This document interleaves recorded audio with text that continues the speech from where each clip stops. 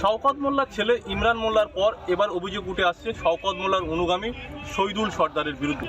এই 18 গ্রাম পঞ্চায়েত এলাকার যিনি জালাল সর্দার প্রধান ছিলেন তিনি মারা গেছেন, কিন্তু তার ছেলে বা তার পুত্র এই শহীদুল সর্দার নদীর চর দখল করে অবৈধ ব্যবসা তৈরি করেছে, এমনটাই অভিযোগ গ্রামবাসীদের।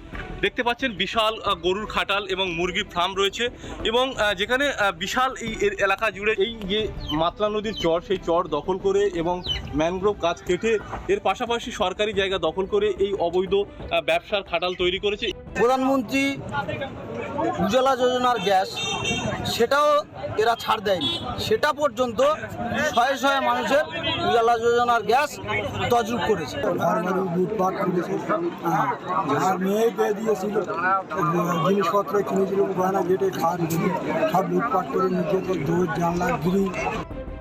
এলাকাবাসীদের যে দাবি যে এই সরকারি জায়গা অবিলম্বে ফিরিয়ে দিতে হবে এবং যারা এই যুক্ত তাদেরকে অবিলম্বে গ্রেপ্তার করতে হবে। এই অবৈধ যে খাটাল, এই খাটাল ভেঙে দিতে হবে, এমনটাই অভিযোগ গ্রামবাসীদের এবং গ্রামবাসীরা তারা কিন্তু এই খাটালের সামনে বিক্ষোভ দেখাচ্ছে। ক্যামেরা পার্সনকে বলবো দেখানোর জন্য।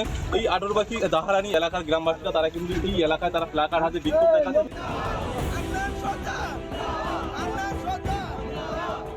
টাকা পয়সা তুলে নিয়েছে বলতে গেছিলাম বলে আমার মারধর করেছে এবং শওকত মোল্লার নেতৃত্বে শহীদুল শফিক এবং যারা নূর হোসেন সন্নত সর্দার এরা আমাদের মারধর করতো।